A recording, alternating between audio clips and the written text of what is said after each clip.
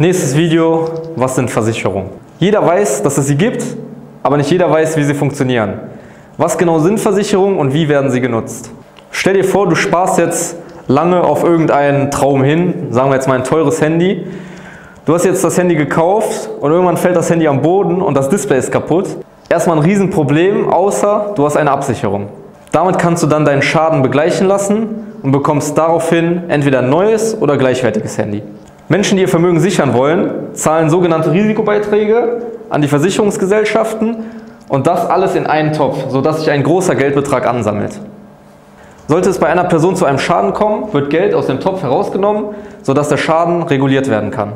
Das funktioniert, weil viel weniger Versicherungsfälle eintreten, als Versicherungsnehmer da sind, die das Geld einzahlen.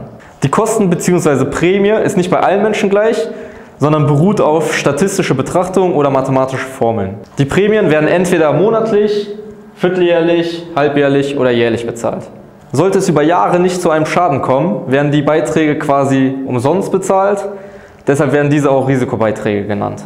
Oftmals sind die regulierten Schäden an Kosten dann aber sogar höher als der tatsächlich gezahlte Beitrag. Welche Versicherung es für Schüler, Azubis und Studenten gibt und wie lange ihr über eure Eltern versichert seid, das erfahrt ihr in unseren nächsten Videos. Aus!